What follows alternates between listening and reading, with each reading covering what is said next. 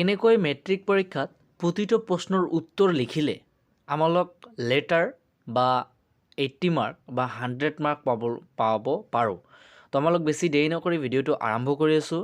এই ফৰ্মুলাসকলে বিশেষকৈ টপাৰসকলে মানি চলে, গতিকে এতিয়াৰ পৰা সকলোৱে টপাৰ হৈ যোৱা। কাৰণ আজি এই ভিডিঅ'টোত সেই টপাৰসকলৰ ফৰ্মুলা তোমালোকেও গম পাবা। প্ৰথমতে তোমালোকে কি কৰিবা, প্ৰতিটো প্ৰশ্নৰ উত্তৰ যেতিয়া লিখিবা, ধৰি লোৱা অসমীয়াৰ ক্ষেত্ৰত সৰ্বপ্ৰথম মই অসমীয়াৰ কথা তোমাক কৈ দি আছোঁ। তো অসমীয়াৰ ক্ষেত্ৰত যেতিয়া প্ৰশ্নৰ উত্তৰ লিখিবা, ধৰি লোৱা 1 নং প্ৰশ্নৰ উত্তৰ লিখিবা, তেতিয়া উত্তৰ নিদিবা। আগত উত্তৰ নিদি লিখিবা কি 1 নং প্ৰশ্নৰ উত্তৰ সমান দি তাৰপিছত উত্তৰটো লিখিবা। আকৌ এবাৰ কৈ আছোঁ, 1 নং প্ৰশ্নৰ উত্তৰ 1 নং প্ৰশ্নৰ উত্তৰ দি এনেকৈ লিখিবা। ঠিক আছে, 1 নং প্ৰশ্নৰ উত্তৰ সমান যিটো উত্তৰ হয় সেইটো লিখিবা। নম্বৰ আগতে নিদিবা। যেনেকুৱা তোমালোকে কৰা 1 নম্বৰ দি তাৰপিছত উত্তৰ দি ফটাফট লিখি দিয়া, গতিকে এনেকুৱা নকৰিবা।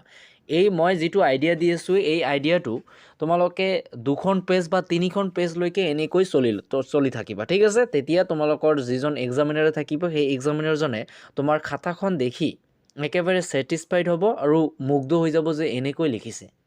ঠিক আছে, অসমীয়াৰ ক্ষেত্ৰত এনেকৈ লিখিবা। তাৰপিছত যেতিয়া ইংৰাজীৰ ক্ষেত্ৰত আহিলে কি লিখিবা, এনচাৰ নিদিবা। কুৱেশ্যন নং 1 এনচাৰ এনেকৈ লিখিবা। কুৱেশ্যন নং 1 এনচাৰ, কুৱেশ্যন নং 1 এনচাৰ দি সমান লিখিবা। ঠিক আছে, তাৰপিছত যেতিয়া 3 নম্বৰত লিখিবা, কুৱেশ্যন নং 2 এনচাৰ, কুৱেশ্যন নং 2 এনচাৰ দি সমান যি লিখি ল'বা। ঠিক আছে, অসমীয়া গ'ল, ইংৰাজী গ'ল। এতিয়া বিজ্ঞানৰ ক্ষেত্ৰত আহিবা। বিজ্ঞান আৰু অসমীয়া প্ৰায় একে, সমাজ বিজ্ঞানেও একেই হয়। তো কি দিবা, মই তোমালোকক গণিতৰ কথা কৈ দিওঁ। গণিতৰ সময়ত কি দিবা, সমাধান দি তোমালোকে উত্তৰটো লিখি দিয়া ন, তো এনেকুৱা নকৰিবা। কি কৰিবা, প্ৰশ্ন নং 2ৰ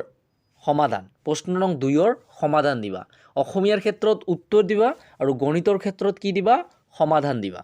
গতিকে এনেকৈ লিখিবা। ঠিক আছে, আৰু নম্বৰ নিদিবা আগতে। যেতিয়া লিখিবা প্ৰশ্নৰ পিছত নম্বৰ দিবা।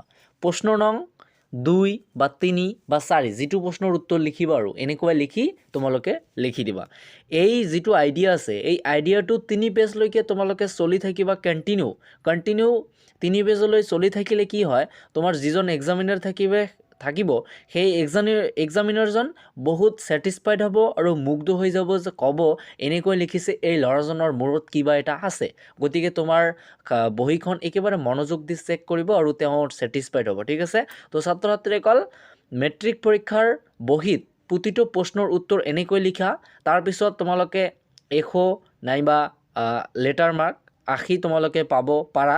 যদিও তোমাৰ অলপমান ভুল হয়, তথাপিও বানানত যদিও ভুল হয়, তথাপিও তোমাক এই লিখাৰ ষ্টাইলটো দেখি হয়তো তোমালোকক 80 মাৰ্ক দিবলৈ বাধ্য হয়। ঠিক আছে, তো ছাত্ৰ ছাত্ৰীসকল মই আশা কৰোঁ সমূহ ছাত্ৰ ছাত্ৰীৰ মেট্ৰিক পৰীক্ষা যাতে বহুত